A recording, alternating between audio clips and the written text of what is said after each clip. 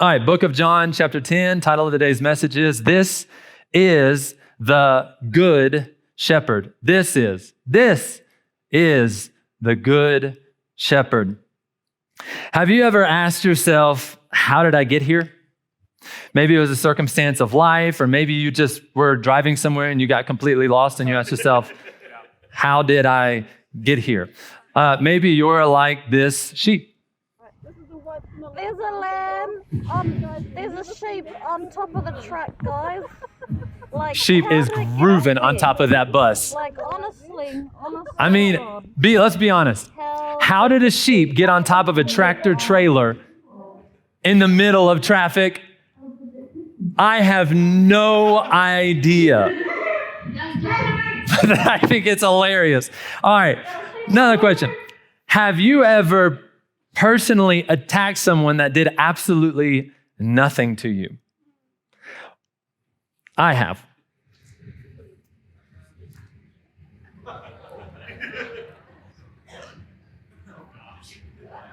You know what's coming.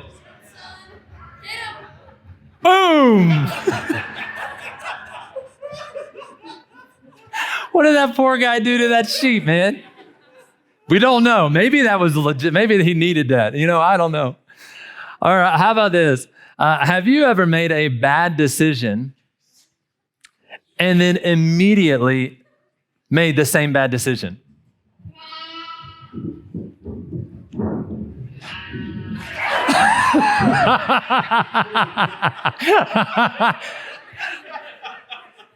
Anybody? Yeah. That didn't work out the first time. So let's try it again just to see if maybe it has different results. No, it doesn't. In the ditch every time. Moral of the story is, we are sheep. We are sheep. Isaiah 53 tells us, we all like sheep have gone astray. Each of us has turned to his own way, and the Lord has laid on him the iniquity of us all. We are all sheep. Now, you may be thinking, I don't want to be a sheep. I'm a lion. I'm a dolphin. Or I'm an eagle. We all want to be the animal that's the most high achieving, top of the food chain, soaring above worldly problems. Right? I remember even a friend of mine in college, we used to call him a golden retriever. No, you think that's mean. No. Golden retrievers are the best dogs ever. They're loyal, they're down for anything, and they're the most fun and happy one in the room. This was my friend. Like, man, you like a golden retriever. But we identify with the animal that we want to be most like instead of really identifying with the animal that we really are, which is a sheep. Now, sheep are not the smartest animals. So this is a fun fact. I was trying to do some research on some sheep, and this week I was trying to understand just how smart or dumb a sheep is. I just wanted the facts. You don't want to say an animal is dumb if they're actually smart. So I was doing some research and I typed in, intelligence of a sheep, or is a sheep dumb? I think is what I typed in. And an infinite amount of articles saying the most intelligent animal. I'm like, are we serious right now? Have you watched sheep? Have you had sheep? They are not the most intelligent animal. Okay, let's just go through some facts. All right, sheep wander consistently and get lost always. Sheep have zero defense against predators. They don't know their way home after they are gone. They need guidance. Not only that, sheep cannot take themselves to the pastures that have the best food, so they can't even feed themselves without the help of a shepherd. So, are sheep the smartest animals? Now, I'll say this, sheep are fun. Sheep are peaceful creatures, and they're useful for the shepherd. They provide wool, which many of you are wearing right now. We're very grateful for the sheep. They clothe us. They provide milk, and they provide lambs. But one characteristic of a sheep that I want to highlight is that when they hear their master's voice, they follow. It's a very interesting characteristic of a sheep. When they hear their master's voice, not a voice, not a stranger's voice. When they hear their master's voice, they follow. Now, I'm not an expert on sheep, but I have had goats. Now, they're similar, but different. Now, the goats do have a little bit of defense. They got those horns, okay? But in every other respect, they're very, very similar to a sheep. And we created at our last house, we had some land and we had this little pen that the goats would stay in, but it's impossible to keep goats confined. Man, they can find their way out of anything. I mean, I had the tallest fence you can imagine. I had their little house right in the middle of this fence. And to this day, I have no idea how they were getting out. I mean, they had the leap of their life, or they somehow figured out how to just transport themselves out. I have no idea how they got out. But as we were away from our house, my wife calls me and says, the goats are gone. Where are the goats? We don't know, but they're gone. And they had gotten lost. I think I have some pictures of our goats. I just want to bring you in. So this is a common view from our back porch, but we have our goats here. We have Dale. Dale was Ryan's goat. He's a pretty cool goat. He was great. I love Dale, but he honestly, I think, was the ringleader of the trouble, to be honest with you. Then we had Boomer, and Boomer, he was the most chill of all of our goats, and maybe the most loved. And then we had Ivy. Nobody loved Ivy. It's so interesting. Ivy came with this beautiful heart on her side, and I thought, the one girl, there's Ivy right there. Come on. Aw, Ivy, look at that heart. How could you not love Ivy? Ivy was the worst. She was a horrible, horrible goat. She would hit you for no reason. She was loud. Nobody loved Ivy, but Boomer and Dale, they were the absolute best. So anyways, so they get lost there. That's Boomer. See, come on. So they get lost, and I get the call that they're lost. And so naturally, as any good shepherd, Dale, who? I go to try to find my sheep. You know, when you lose your sheep, the good shepherd goes and finds the sheep. So I looked everywhere. I scavenged the woods. I knocked on every neighbor. And finally, one of my neighbors said, there's actually someone who has a sheep farm a couple blocks away. And this was like, quite a drive, but it was a couple streets down the road. He has a sheep pen. Why don't you go ask him, see if he's seen a sheep? So I drive to this person's house, and as I pull into the driveway, there I see my goats in another person's sheep pen living their absolute best life.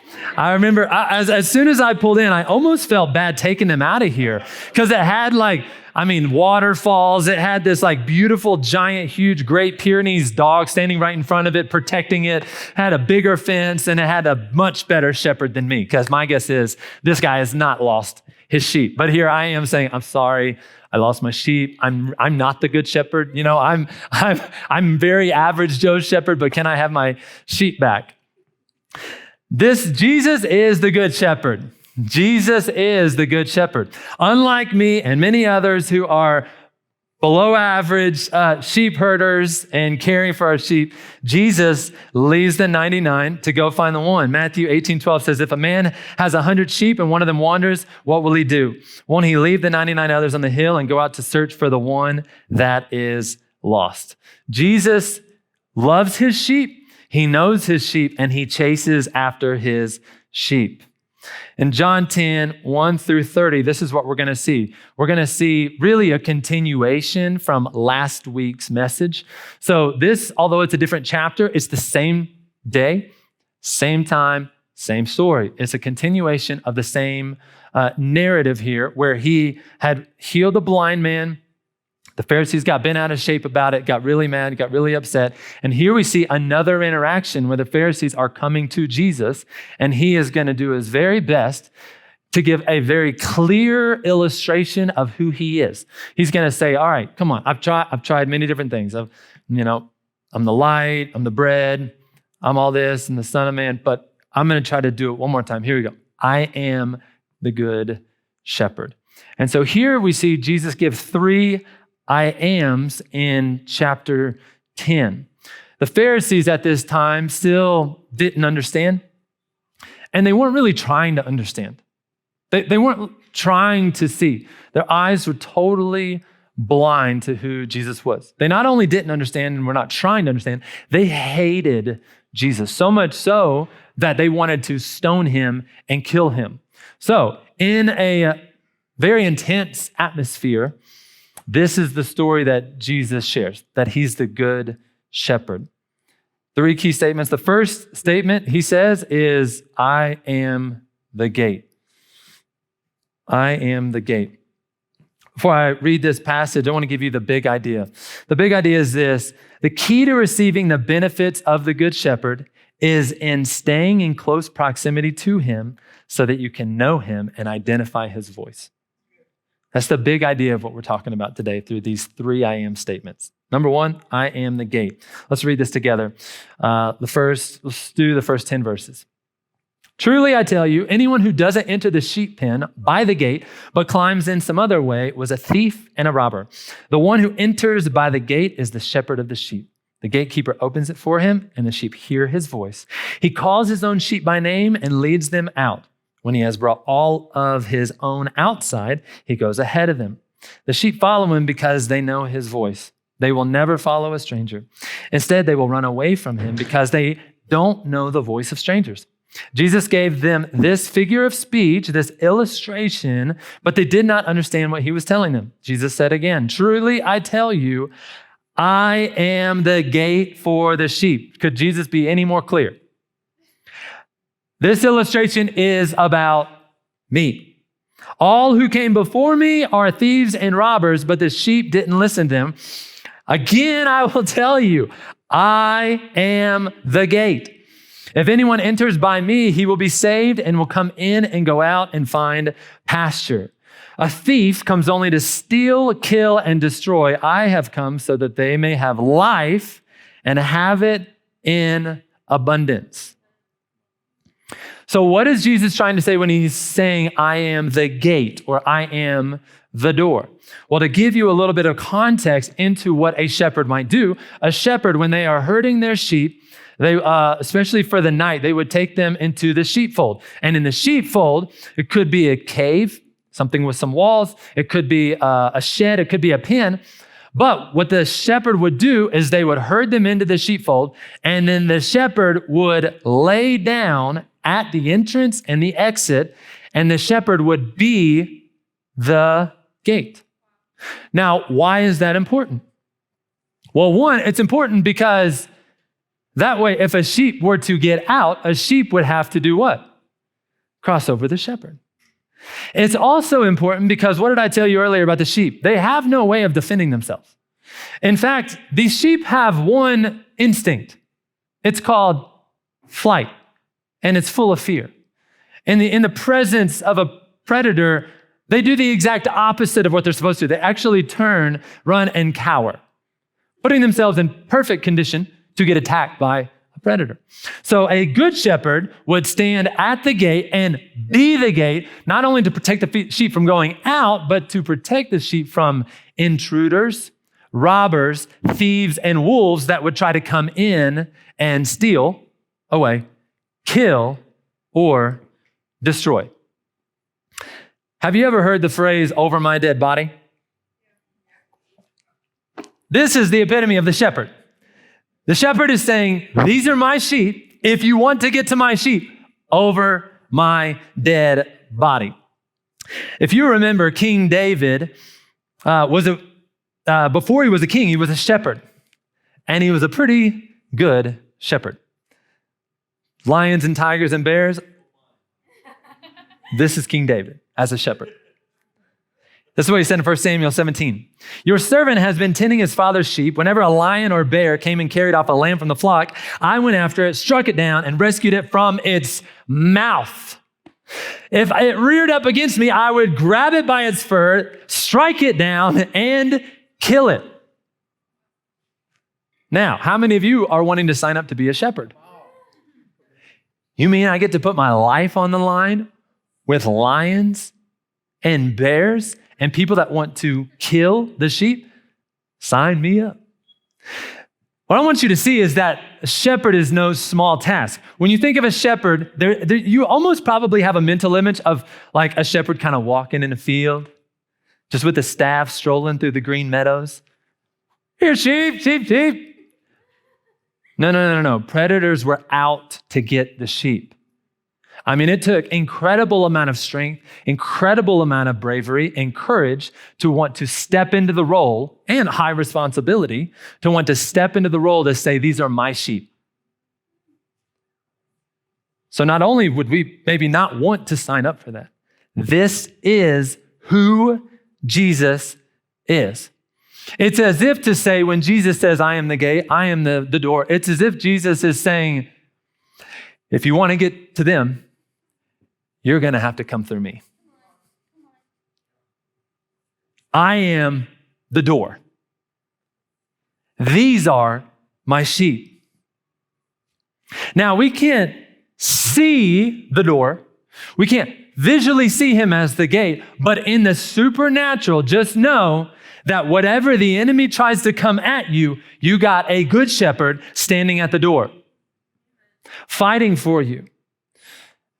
Isaiah 54:17, no weapon formed against you will succeed, will prosper, and you will refute any accusation raised against you. This is the heritage of the Lord's servants, and their vindication is from me. This is the Lord's declaration. No weapon, you're the good shepherd, no weapon, no wolf, no scheme, because I am the door.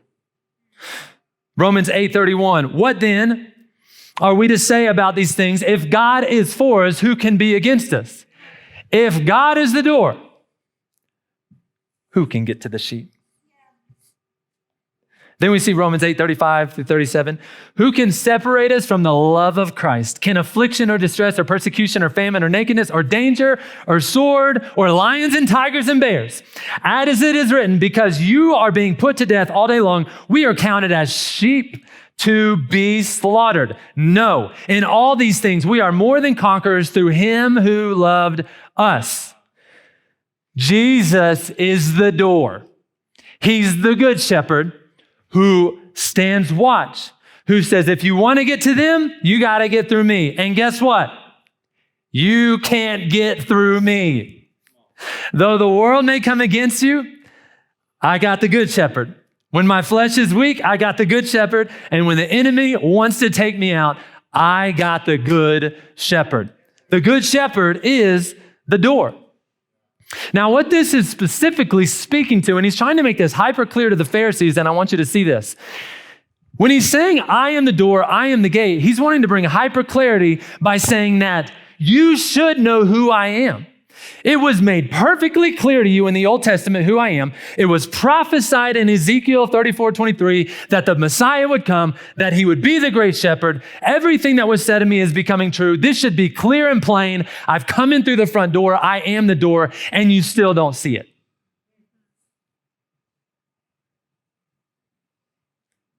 How different are they than many of us and the people in the world who's saying, can you not see it plain in Scripture? Can you not see it plain in the world around us? But yet you still don't see, I am the door. I am the gate.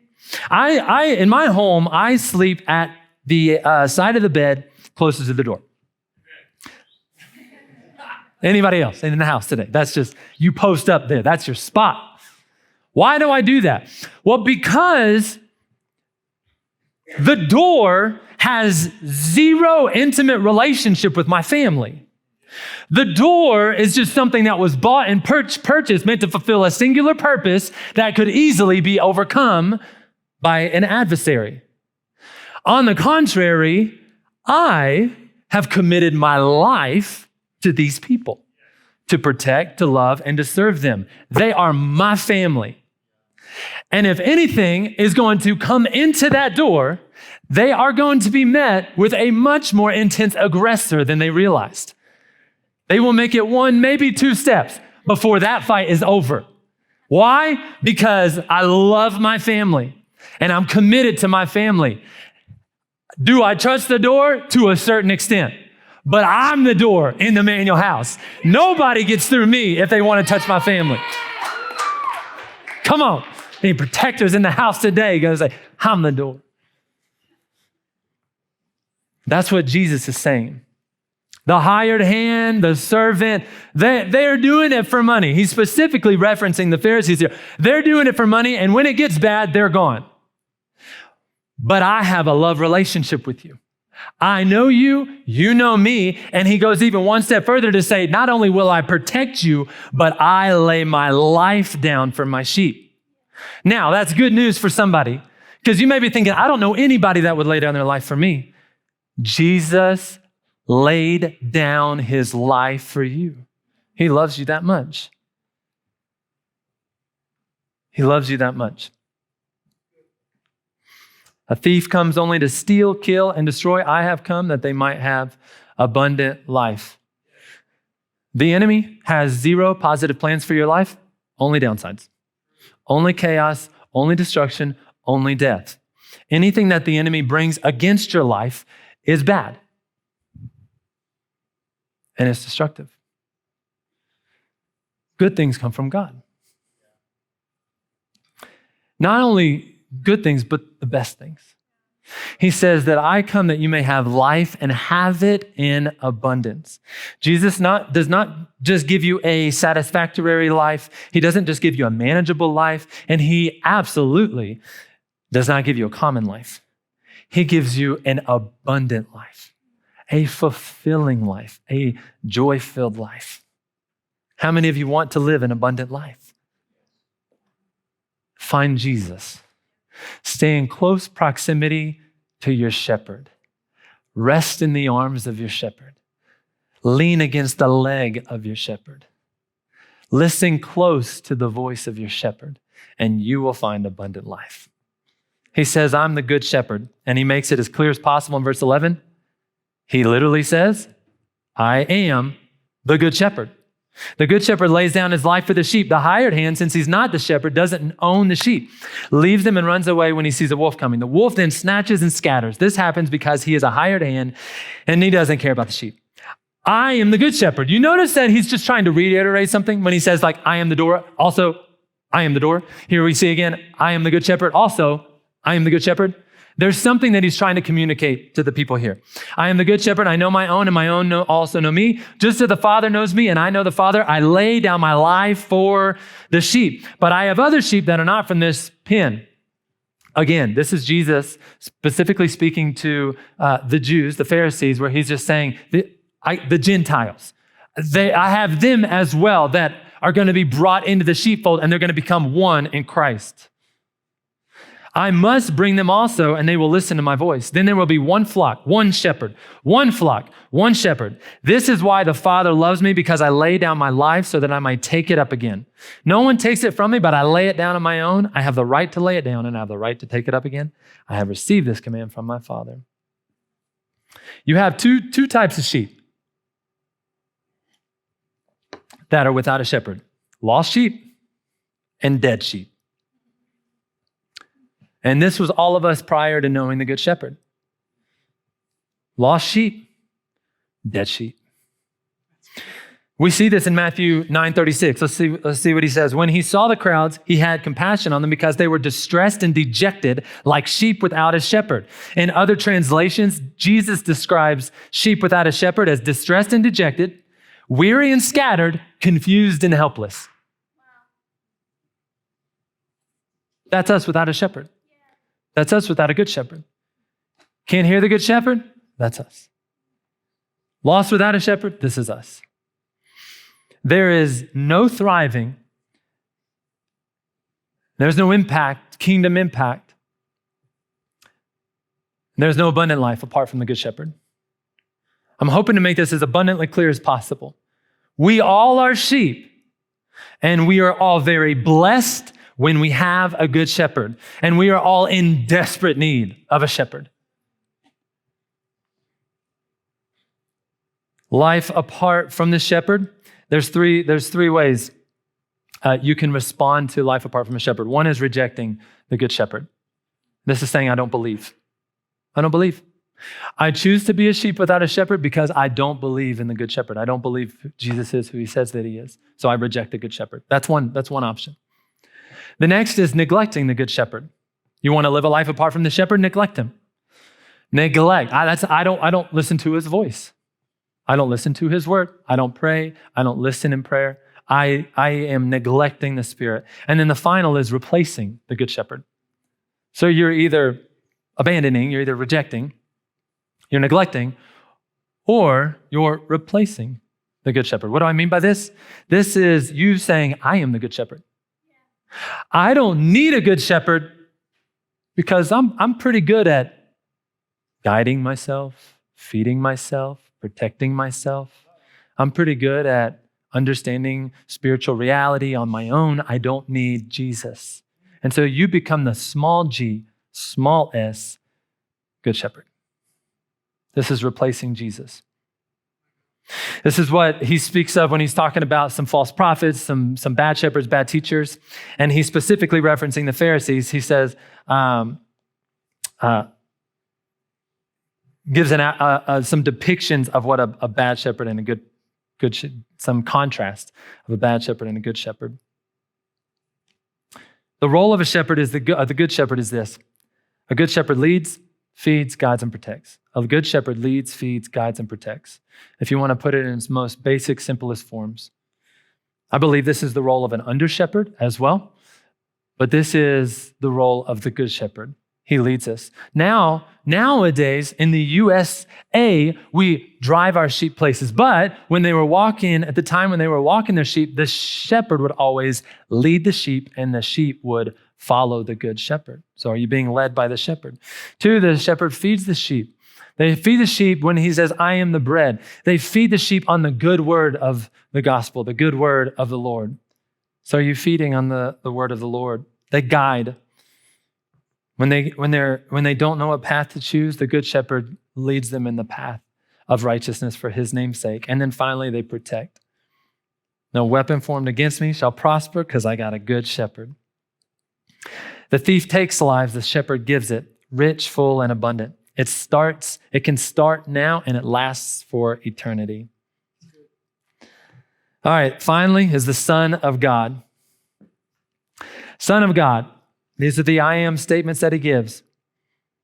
So first he says, I am the gate. Then he says, I am the good shepherd. And then finally he says, I am the Son of God. I am the Son of God. Verse 19. Again, the Jews were divided because of these words. Many of them were saying, he has a demon. He's crazy. Why do you listen to him? Others were saying, these aren't the words of someone who's demon possessed. Can a demon open the eyes of the blind? As we talked about last weekend, nobody's ever done that before. Can a demon do that? No. Jesus at the festival of dedications, then the festival of dedications took place in Jerusalem and it was winter. Jesus was walking in the temple in Solomon's colonnade. The Jews surrounded him and asked, how long are you going to keep us in this suspense? If you are the Messiah, tell us plainly. When I read that, I'm like, guys, you are way too smart to make a claim like, tell us plainly. He has given you every illustration. He has literally said it. And now you're saying again, no, we know all that. Tell us plainly. This is how blind you can be. You can get all the facts. You can see the miracles and you can still say, no, I don't know that I believe. What? Come on. I did tell you and you don't believe, Jesus answered them. The works that I do in my Father's name testify about me. But you don't believe because you are not my sheep. My sheep hear my voice. I know them and they follow me. What I tell you was a distinctive about the sheep. They know their master's voice and they follow. I give them eternal life and they will never perish. No one will snatch them out of my hand. My Father who has given them to me is greater than all. No one is able to snatch them out of the Father's hand. I and the Father are one. Fast forward to verse 36. He says, I am the Son of God. Jesus is saying, not only have I told you plainly, and you've heard, but my actions as well has clearly demonstrated that I am the Messiah. This is also, I believe, a reference and a picture of Matthew 17 when he is talking of his disciples. And what is he saying? He says, you will know them by their what? Fruit. That we can tell you one thing, but that our lives need to represent that as well. You'll know them by their fruit. And a good tree cannot produce bad fruit. Bad tree can't produce good fruit. You'll know them by their fruit. He's saying, you've seen my fruit. You know who I am. You've seen it demonstrated. The proof is my life. Then he goes on to say that you are safe and secure in the Father's hands. This is the security, this is the eternal security of God's saving work over your life. I don't know if you've ever had this thought before where, there's been that moment where you've given your life over to Christ and you've said, I am all in, Jesus. But you've had bad days. You've had bad seasons. You've walked away from God. You even said in a moment of doubt, like, I don't even know if I believe this anymore. And so you almost sometimes will live in this kind of fear of just like, does God still love me? Is he still holding me? Does he still know my name? Does he still know my story? And you can allow yourself to feel a level of guilt and shame that you don't need to feel. Why? Because God's not letting go of you. No one can snatch you out of the Father's hands. How big are the Father's hands? If his hands were big enough to form the universe, I think his hands are big enough to hold your soul. How strong are the Father's hands? Strong enough to raise the dead to life. I think it's strong enough to hold you safe and secure. No one can snatch you from the Father's hands. The world can't take you. The enemy can't take you. Your flesh can't overcome it. When God the Father's hands is wrapped around your life, nothing can come against it. You are safe. You are secure. You're as sheep at rest in the pasture because my Father's hands is surrounding me. His hands are above me. His hands are below me. His hands are around me. He's standing at the gate. He's the good shepherd. Nothing can penetrate the hands of the good Father. You are safe. You're secure. You are mine. I know you. You have nothing to fear. You are free to run and live in abundance. This is why I don't believe this passage, when it talks about the sheepfold, is referring to heaven. It has a reference of being able to come in and out and run free. I believe it's a story of the Christian life. That this is our life. As sheep, with the good shepherd leading, guiding, protecting, feeding, with the good shepherd in close proximity to him, we can live free lives.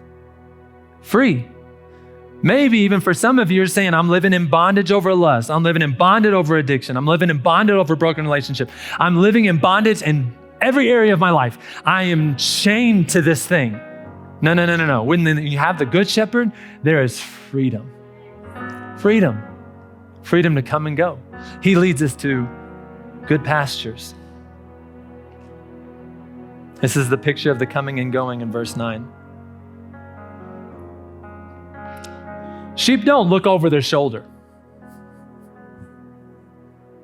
They're not even aware of the predator. Sheep are just living in the moment.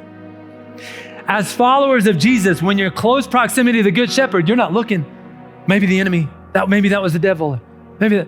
No, you're just walking. Whenever we go into places or walking through airports, it's actually a really funny meme where a husband is kind of walking around and he's seeing, when he's with his wife and he's walking through an airport and he's like, okay, that person looks a little sketchy. We're 25 steps from the exit. If we walk this way, it'll be the safer path. And then his wife is like, making my way downtown, walking fast. And maybe roles are reversed for you. Maybe you're the protector. I don't know. But that's how it is when we're in close proximity to the shepherd. We don't have to be looking over our shoulder like, are we safe? Are we good? Is this coming? No. We can live joyful lives. We can live free lives. And we can enjoy the abundant life that God has for us.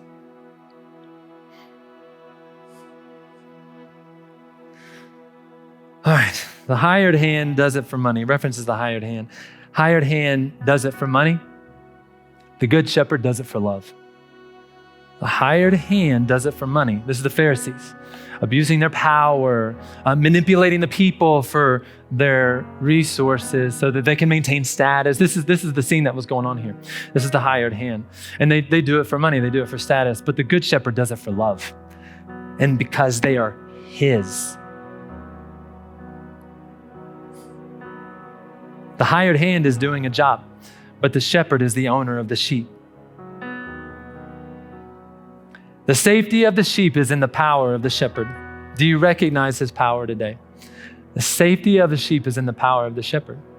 He's an all-powerful, all-knowing, all-loving, ever-present God. And he's your good shepherd.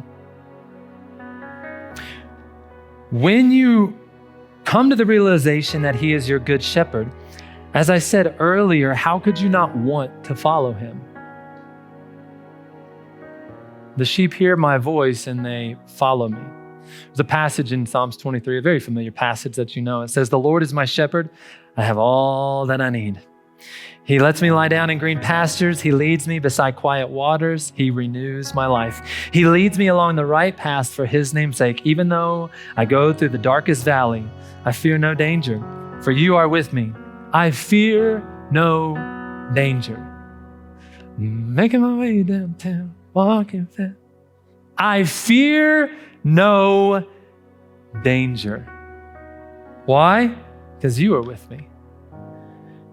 The close proximity of the shepherd allows me to live a free life, safe and secure.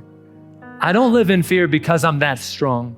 I live in fear because I recognize how powerful you are and I'm close to you. So that if anything comes around me, do you know who he is?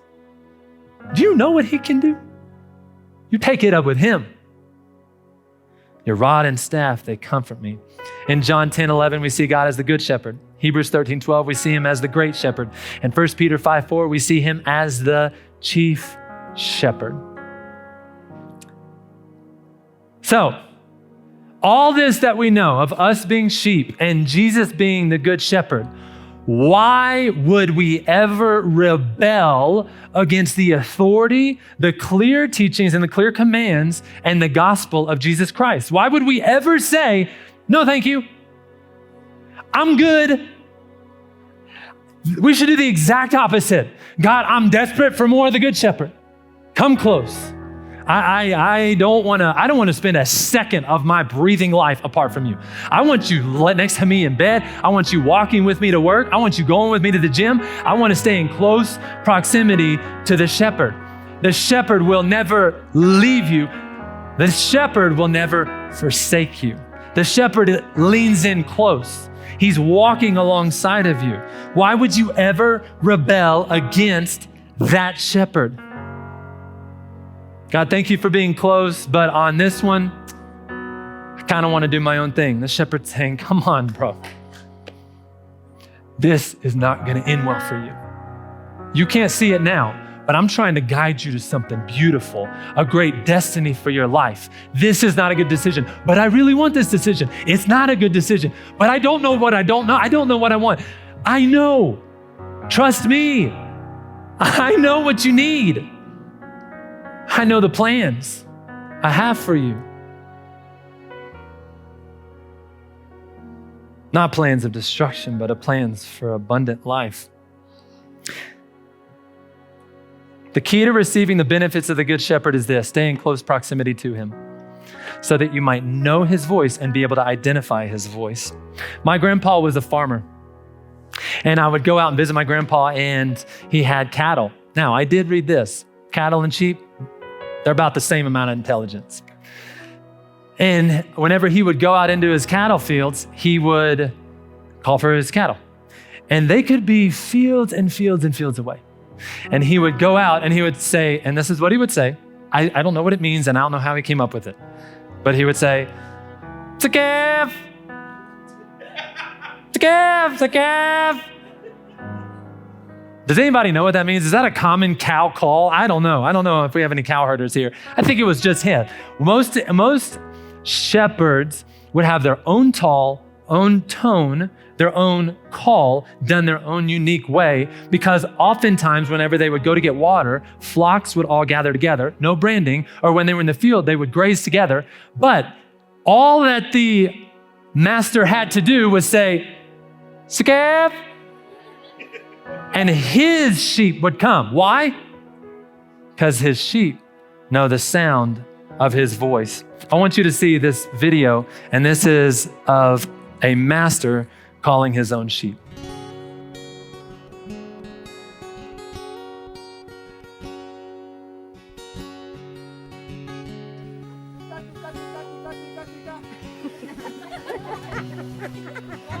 One more time.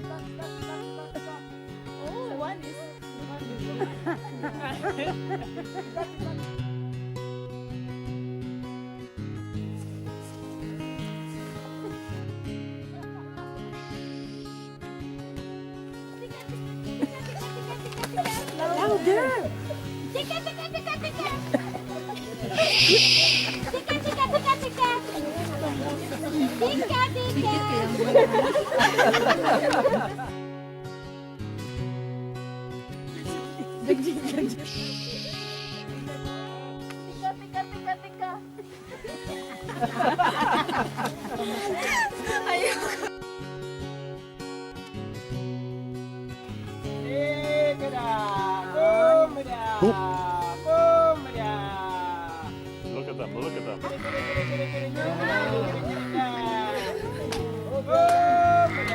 That's amazing. Isn't that amazing?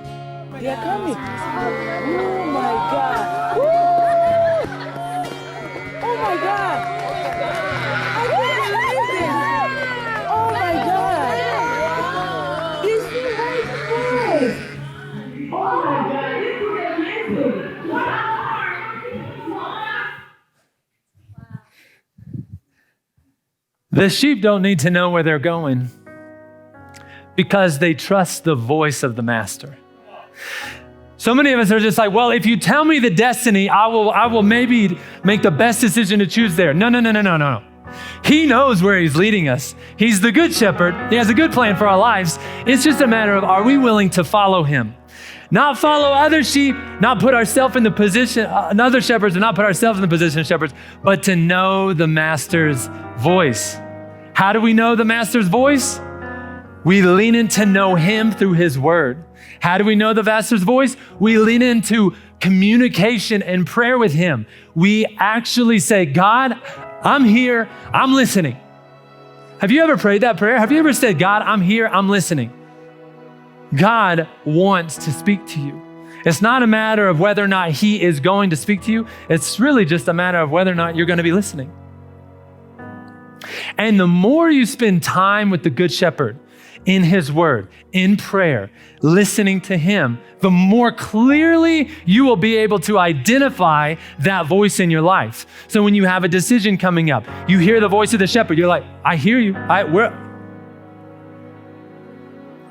A mentor and a pastor of mine said, oftentimes the Holy Spirit will whisper in your ear, I'm going this way, you want to come? And that's an opportunity for us to say, God, what? I hear you. Where are we going now? Where are you leading me now?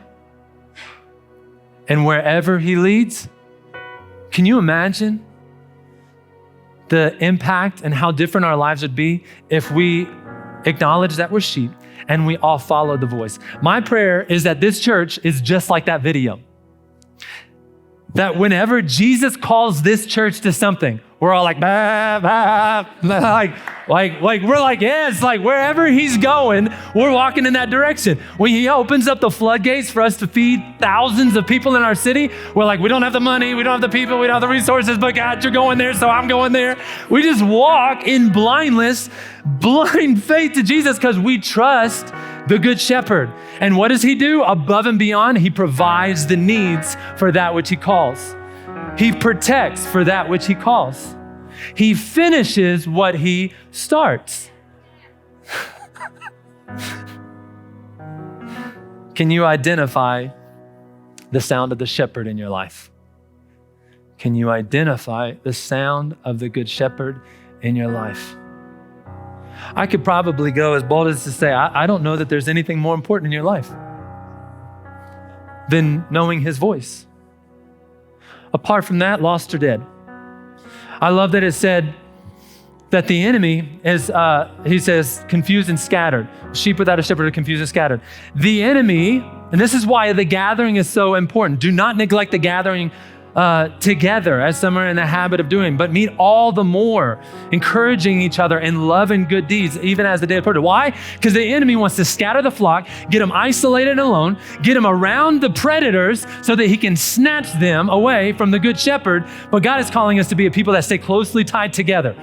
Close together and close to the shepherd. This is why we gather. The enemy wants to scatter us, but the shepherd wants to gather us. So this is what today is. He's gathering us in together, focusing solely on him. And he's saying, come close. I want to speak. I got a plan for you. I want to tell you where I want you to go. I have a purpose for your life.